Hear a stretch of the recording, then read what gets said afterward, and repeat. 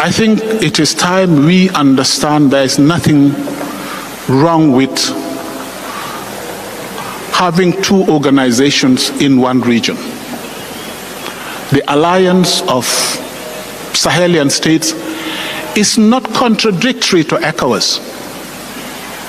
We have the Manu River Union within ECOWAS. We have the Senegal River Basin Organization within ECOWAS. We have the Gambia River Basin Organization within ECOWAS. What matters is to work together as a community. And this is the understanding we have reached with the IOS countries. I was in Mali in May to meet with the three countries at the foreign ministers level. And the conclusion of that meeting was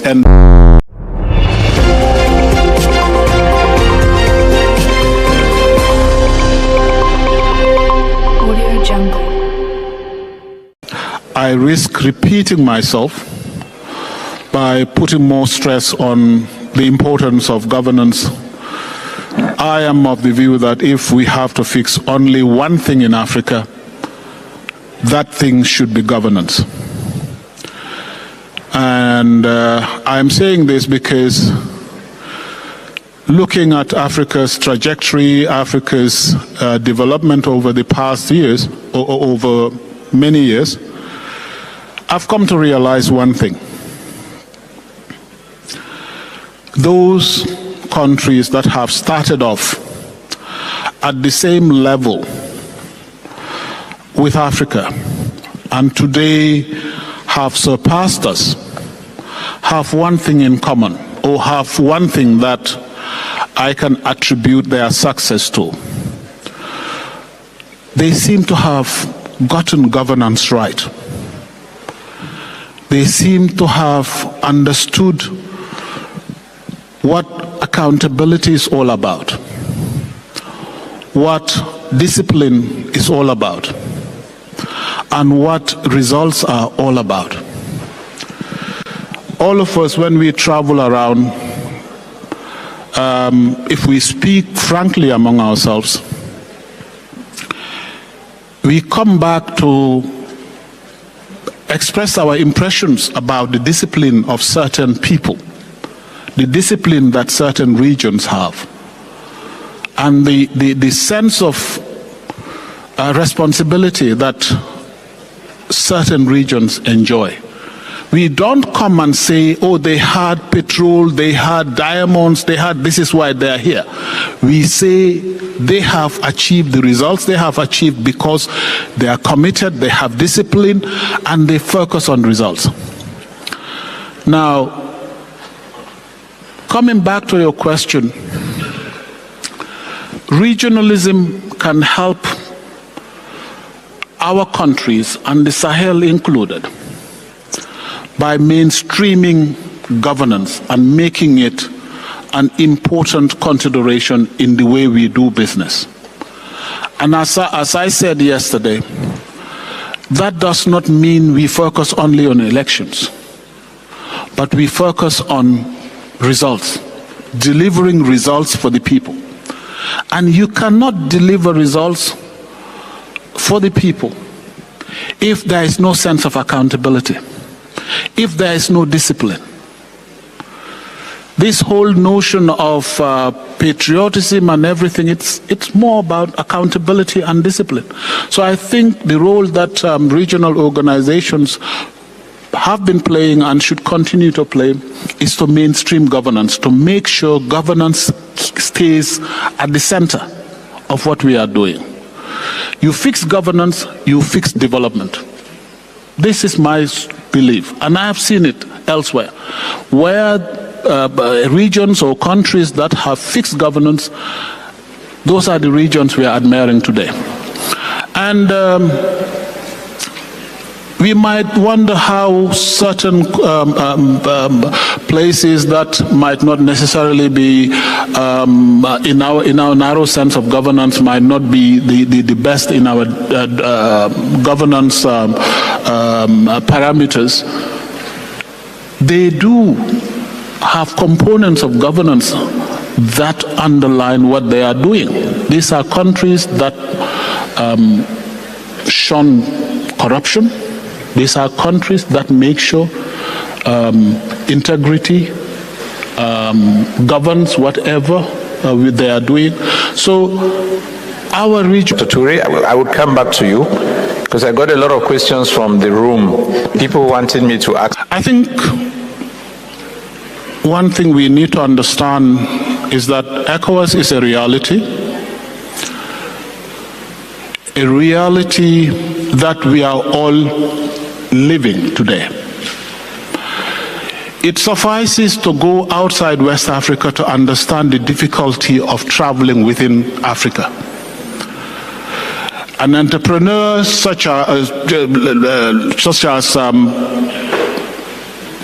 Dangote has recently lamented the fact that he requires about 30 visas to travel within Africa. And my response to him, my response to him was, well, thank God, no West African countries is among those countries that would impose visa requirements on you. Now, the visa-free movement did not fall from the sky. It was a deliberate policy, a deliberate instrument put in place by ECOWAS. ECOWAS is, until recently, the only region where with an ID card or a simple passport you can move freely from Lagos all the way to Dakar. You don't have this in many African regions. ECOWAS hasn't stopped there. ECOWAS is a trading bloc. This is a region where our local produce or produce that satisfy the market, the rules of origins, can trade freely in a market of 400 million people.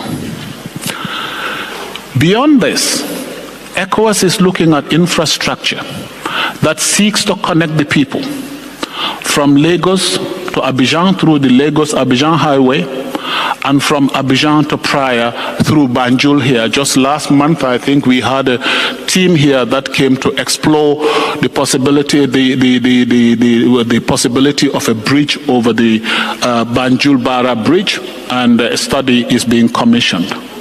Now, in addition to that, you have electricity connectivity. We have the West African Power Pool, where as we speak, 14 member states are now connected. And the whole idea is to enable these 14 member states to trade in electricity, to make it easy for a Gambian utility company to source electricity from the cheapest source within the region. Now, these are concrete examples that seek to advance or serve the interests of the ordinary person. Do we have challenges? Oh yes, we do have challenges. But which region of the world does not have challenges? What is happening in our region is more of a reflection of the global reality. And we need to be conscious of this. The world has never been at such a bad shape in many years. So what is happening in West Africa? It's more of a reflection of those global realities. Going forward, we certainly need introspection. And this is why we are working on a summit of the future that will enable us not only to celebrate the 50 years of integration, but allow us to reflect on what is working well, what needs to be jettisoned, and what needs to be improved upon. So yes, ECOWAS is here to stay with us. With whether we are going to keep everything as is, certainly not. Nothing is constant. But ECOWAS is a reality that we would have invented if it was not here. Thank you very much. Thank you, Dr. Toure.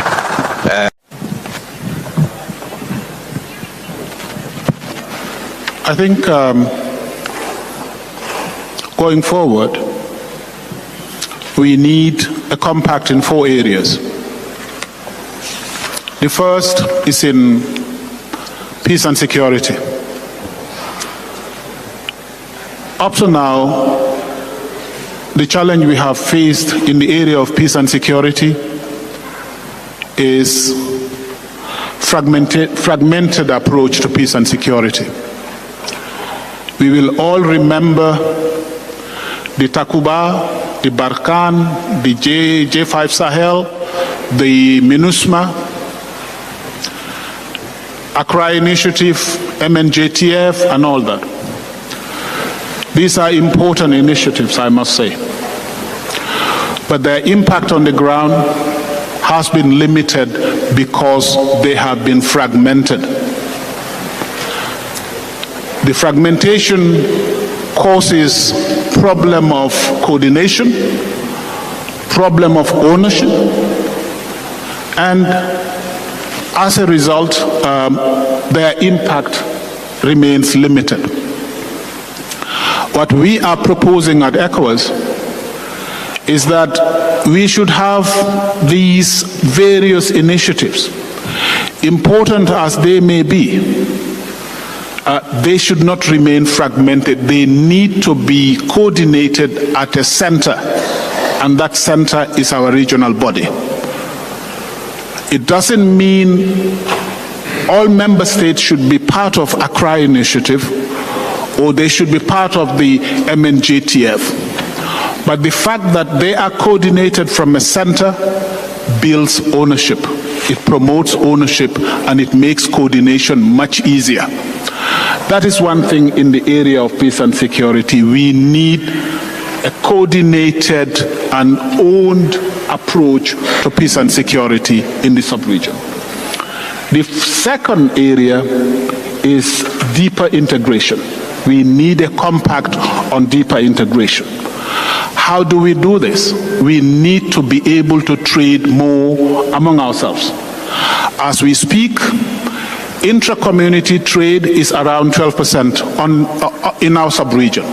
The continental average is about 18-20%, depending on which report you are looking at. Regions that have been integrated sufficiently are trading at a level or at a tune of 60 to 70%. The European intra-community trade in Europe is about 70%. In the ASEAN countries, it's about 60%. We are only at between 15 and 20%. So we have a long way to go. So the compact we need in this area is to boost intra-community trade. How do we do this? First, we need to build the capacity to produce. Sufficient investment must be done in our productive sectors so that we can produce. It is one thing to have market access, but a totally different thing to have what to trade or what to sell in that market. So we need to build the productive capacity of member states. We also need to build the infrastructure. It is no secret that movement within the region is more difficult than moving from the region to another region. So we need to build the infrastructure. This is why ECOWAS is putting a lot of stress and a lot of resources on these major corridors, Lagos, Abidjan, which the studies have been completed, and we understand the investment outlay required is about $15 billion, but with a good economic rate of return of 15%. So this is where we are with regard to this. So beyond this, we have the Abidjan prior corridor, which covers this part of the region. We also need to build or address the energy deficit. Energy consumption in our region is perhaps the lowest. You can't produce and sell. You can't build the productive sector with the sort of energy access we have. So we need to work on this. So this is, in a nutshell, the second compact we need to have. The third compact is human development. We need to focus on education. Education and education. And if I have $1 to spend on education, I will put it on the education of girl child. This is because we as Africans, we see how much the women are bearing the brunt of poverty, how much women are carrying that. We need to educate women. We need to train the girl child to be able to defend herself sometimes from man-induced poverty. If you go to our villages, some of these child marriages we see can be addressed by training girls, by educating girls. And some aspects of poverty we are facing in our community can be attributed to some of these traditional practices of marrying of children at very young age. So the education of a girl child and education in general must be second compact we must have. Now, my co-panelist has spoken about these phenomena of young people taking the risk of crossing the Mediterranean Sea and all this. In many instances, in the Gambia here, we call it the back way. In many instances here, the lack of opportunity goes hand in hand with the lack of capacity.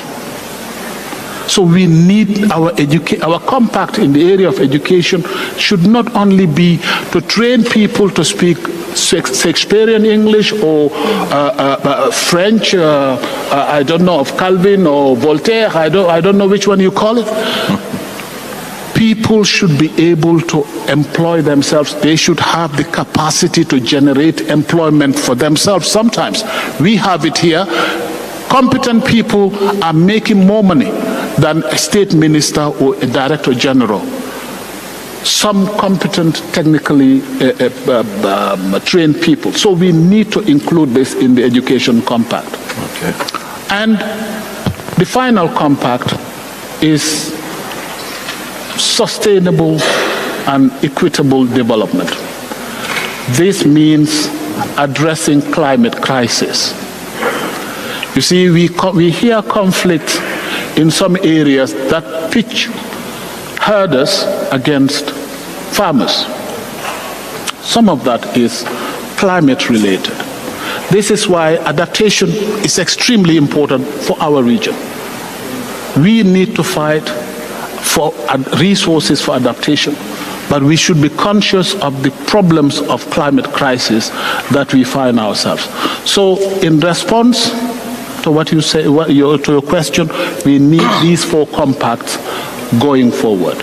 Compact on peace and security, compact on governance, compact on deeper regional integration, and of course sustainable development. But let me just use one minute to re-echo what I said yesterday. I think it is time we understand there is nothing wrong with having 2 organizations in one region. The alliance of Sahelian states is not contradictory to ECOWAS. We have the Manu River Union within ECOWAS. We have the Senegal River Basin Organization within ECOWAS. We have the Gambia River Basin Organization within ECOWAS. What matters is to work together as a community. And this is the understanding we have reached with the IOS countries. I was in Mali in May to meet with the 3 countries at the foreign ministers level. And the conclusion of that meeting was endorsed by the Council of Ministers of ECOWAS as well as with the heads of state, by the heads of state. And the conclusion is Until something is concluded, status quo remains in the sub-region. A Malian continues to enjoy the same rights they enjoyed when they were citizens of ECOWAS. A Gambian continues to enjoy the same rights in Mali. The same thing with trade. Gambian goods that are going from here to Mali should enjoy market access just like they have been enjoying. So there is no contradiction, and I think it is our strength lies not in having no problems, but in our capacity to surmount some of those difficulties. And going from here, it should be clear in our minds that yes, we are having some difficulties, but those difficulties, as we speak, are being resolved. I thank you. Thank you very much. Thank you. The question relates to production. What do we do to get off imported goods or imported items? I think as a believer in free market, I will not propose anything here that will get us off from imported items, but what I think we need to do is to be able to trade equally, because trade benefits all sides. We should be able to trade equally. Now, how do we assume food or assure our own food security? That is a different thing. But I think to boost our own production, we need to invest. Clever and wise investment is required. And in some cases, particularly in the area of agriculture, heavy investment is required. This is what we would have to do, perhaps at the expense of other sectors, to be able to boost production at the agricultural level, to be able to boost production at the industrial level. This would require a number of concurrent activities, because, you see, we are in a system that has locked us in a very unjust manner.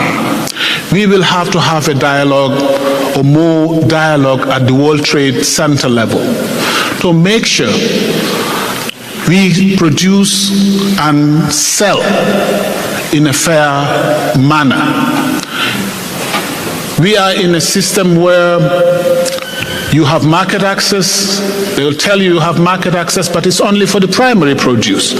The moment you transform your produce, tariff escalation or tariffs kick in. So these need to be negotiated. But in response to that question, briefly, we need proper investment and very wise investment in the productive sector, in agriculture and in value addition, to be able to make a difference. I am not saying we will not have imported items. I think trade benefits everybody, but it should be a win-win arrangement. Regarding the single currency, the date that has been fixed, or let me assure you, the single currency is very much on ECOWAS's table. As we speak, the leaders have taken the decision to launch the single currency in 2027. Now, as you know, single currency requires both the political will and certain economic fundamentals that need to be corrected. Some of those fundamentals sometimes lie beyond the control of the state. Fundamentals such as debt levels, fundamentals like deficits, the fundamentals like inflation. As you know, many of our member states, in addressing the challenges of COVID, had to go for more debt. And that, in a sense, was beyond their control. This is why the date for the launch of the single currency has been moved to 2027. The last time the Convergence Council met, they confirmed this in Abuja, that the single currency will be launched in 2027. Now, whether it will be launched by all the countries, that is the question, but it has never happened anywhere. Those who remember the launch of the euro would recall that it was launched in some countries, and those that were not ready were supported until the time they felt ready. So the same proposal is on the table now.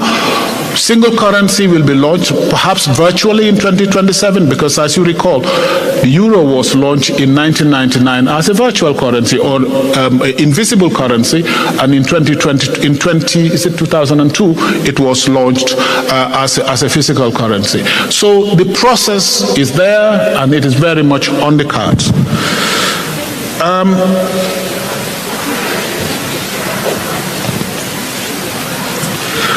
ECOWAS doing well and communicating poorly, I agree with you. We have not been doing good communication. It is only now that we have tried to revamp our communication outfit, but it was a function that was really dysfunctional. We are now trying to improve on it, and I must say we've been taken unawares. As Minister Gajo said, we found ourselves confronted with a social media that was going at a speed of lightning. And as an institution with poor communication function, we could not catch up. And I don't think any country can catch up with what is happening now. When I consulted partners, this is an area they all lamented about. And this brings me to the question, our youth are in between the rock and the hard place. They are being abandoned, but also manipulated. If we're talking about youth being abandoned, we should recognize this, but we should also recognize that they are being manipulated, particularly by deep fake. You see, even the trained eyes cannot tell the difference between the deep fake and reality today, let alone the untrained eyes like us. I mean, you can be presented in China this afternoon when you are sitting in Banjul. So these are some of the dangers we are facing, and our youth need to be alerted to this. The second, the reform of the supplementary protocol. The supplementary protocol has been a subject of discussion at various levels in Council. The last time it was objected to by two countries, including this Gambia here. Some time ago it was objected to by Gambia and another country. I'm a Gambian, I can mention Gambia. Recently, 3 countries have raised reservations, and those reservations required some consultation, and those consultations have been going on, including with Senegal, including with 2 other countries, and this is where we are to ensure that we have a convergence on the provisions of the text before we present it for adoption. But it is very much alive and on the table. ECOWAS's financial autonomy. As a regional economic community, ECOWAS has a an admirable level of autonomy. As we speak, between 70 and 80% of ECOWAS activities are being financed by the community levy. And all member states are up to date except 2.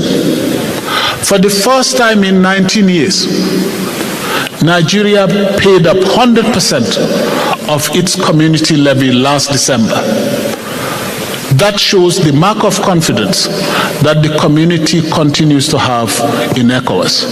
So, as we speak, all member states are up to date with the payment of their community levy, and we do hope this continues. The 2 countries that are a little bit reluctant are being engaged at all levels to ensure that they make their payments. You see, the community levy is being paid by you and I. ordinary citizens who are using imported items are paying for the community levy. So for countries not externalizing those resources is in a way illegal, because they are receiving the money on behalf of ECOWAS from citizens. So using it differently is like using illegal money or using the resources illegally. So this is what member states have understood, and they are all complying with the remittance of the community levy. Now, no man is an island. ECOWAS has strong partners, and one of those partners is China. Now, if a partner offers you a facility, the most you can do is to welcome that. This conference hall we are sitting in is a product of partnership. So the new office facility of ECOWAS is a product of partnership, and I want to use this opportunity to thank the Chinese government for being so generous. The office facility should be completed by the end of this year, and it was built at a tune of $32 million. We are very grateful for that, but it does not show, that does not mean we are not financially autonomous. Mr. Chair, I hope I have responded to the question. You have. Thank you very much.